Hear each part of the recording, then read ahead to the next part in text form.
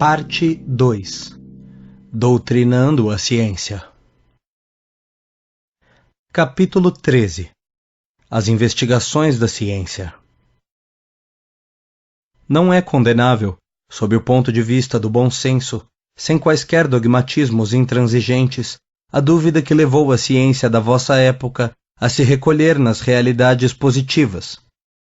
É claro que, segundo a opinião religiosa, o materialismo é pernicioso, debaixo de todas as modalidades em que se nos apresente, mas é necessário vos convencerdes de que em qualquer circunstância predomina sempre a lei do progresso. O ateísmo reinante deriva dos abusos dogmáticos que a intransigência de alguns sistemas tem pretendido impor à consciência humana, livre em suas íntimas expansões.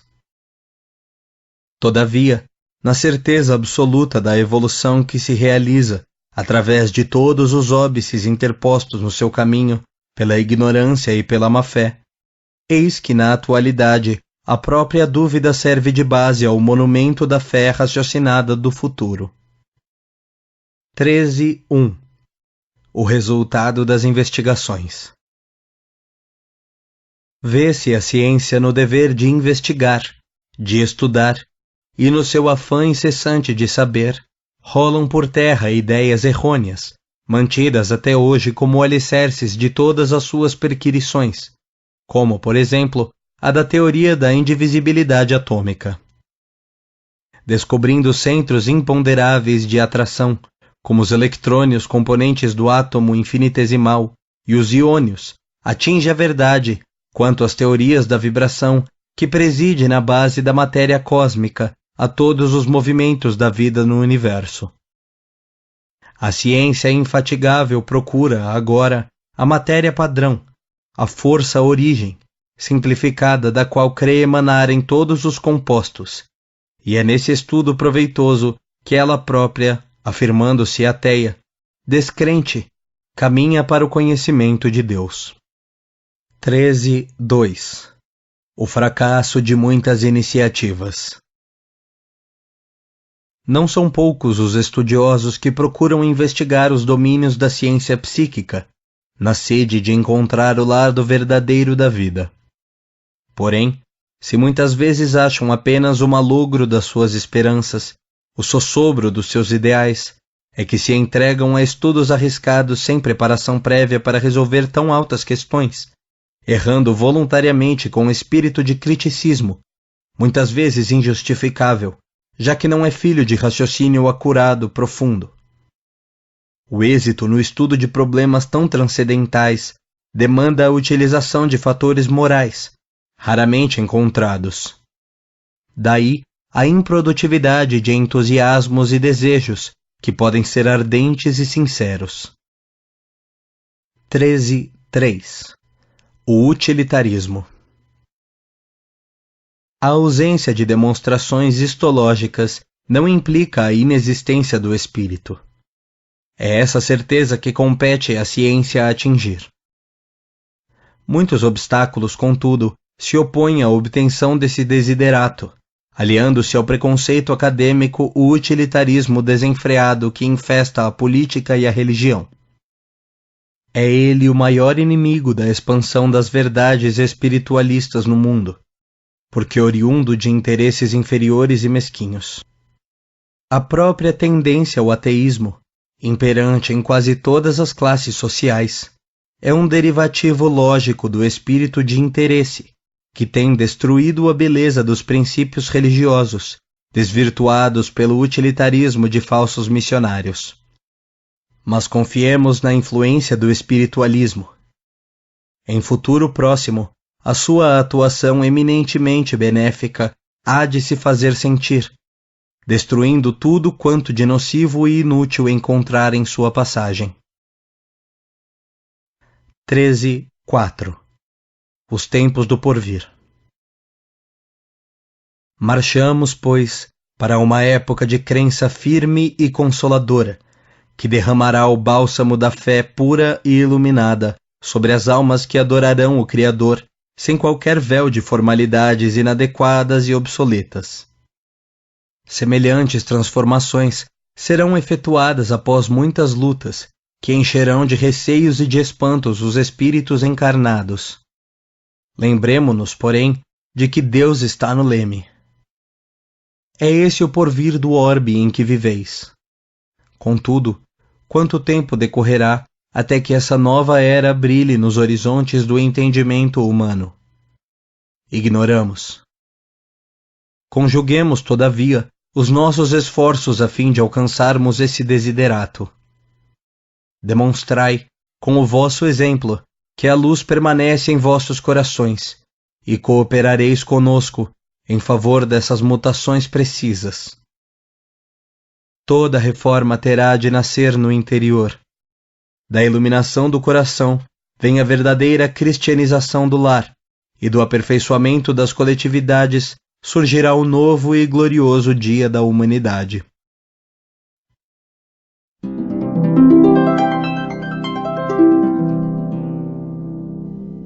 Capítulo 14. A subconsciência nos fenômenos psíquicos.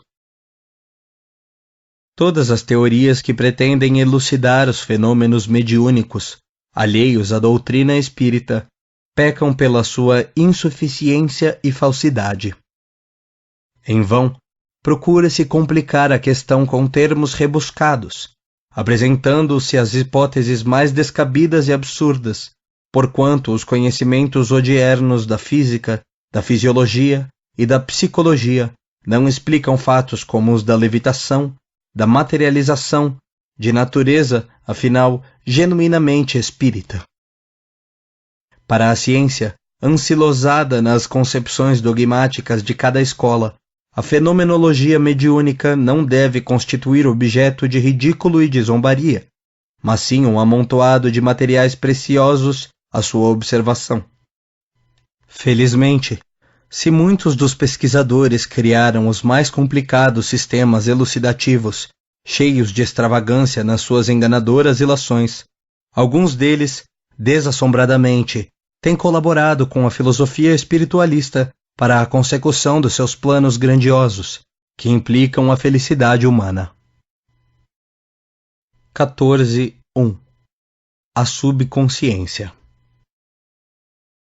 A subconsciência, tão investigada em vosso tempo, não elucida os problemas dos chamados fenômenos intelectuais. Os estudos, levados a efeito sobre essa câmara escura da mente, são ainda mal orientados, e apesar disso, muitas teorias apressadas presumem explicar todo o mediunismo com a sua estranha influência sobre o eu consciente. De fato, existem os fenômenos subliminais. Todavia, a subconsciência é o acervo de experiências realizadas pelo ser em suas existências passadas. O espírito, no labor incessante de suas múltiplas existências, vai ajudando as séries de suas conquistas, de suas possibilidades, de seus trabalhos. No seu cérebro espiritual, organiza-se então essa consciência profunda, em cujos domínios misteriosos se vão arquivando as recordações, e a alma, em cada etapa da sua vida imortal, renasce para uma nova conquista, objetivando sempre o aperfeiçoamento supremo. 14.2. O ouvido temporário. O esquecimento, nessas existências fragmentárias, obedecendo às leis superiores que presidem ao destino, representa a diminuição do estado vibratório do espírito em contato com a matéria. Esse ouvido é necessário, e afastando-se os benefícios espirituais que essa questão implica, à luz das concepções científicas, pode esse problema ser estudado atenciosamente. Tomando um novo corpo, a alma tem necessidade de adaptar-se a esse instrumento. Precisa abandonar a bagagem dos seus vícios, dos seus defeitos, das suas lembranças nocivas, das suas vicissitudes nos pretéritos tenebrosos. Necessita de nova virgindade. Um instrumento virgem lhe é então fornecido. Os neurônios desse novo cérebro fazem a função de aparelhos quebradores da luz. O sensório limita as percepções do espírito, e somente assim pode o ser reconstruir o seu destino. Para que o homem colha benefícios da sua vida temporária, faz-se mister que assim seja. Sua consciência é apenas a parte emergente da sua consciência espiritual. Seus sentidos constituem apenas o necessário à sua evolução no plano terrestre. Daí, a exiguidade das suas percepções visuais e auditivas em relação ao número inconcebível de vibrações que o cercam. 14.3. As recordações. Todavia, dentro dessa obscuridade requerida pela sua necessidade de estudo e desenvolvimento, experimenta a alma, às vezes, uma sensação indefinível. É uma vocação inata que a impele para esse ou aquele caminho. É uma saudade vaga e incompreensível que a persegue nas suas meditações. São os fenômenos introspectivos que a assediam frequentemente. Nesses momentos, uma luz vaga da subconsciência atravessa a câmara de sombras impostas pelas células cerebrais, e através dessa luz coada entra o espírito em vaga relação com o seu passado longínquo. Tais fatos são vulgares nos seres evolvidos, sobre quem a carne já não exerce atuação invencível.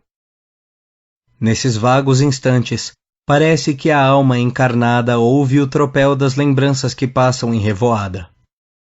Aversões antigas, amores santificantes, gostos aprimorados. De tudo aparece uma fração no seu mundo consciente, mas faz-se mister olvidar o passado para que se alcance êxito na luta.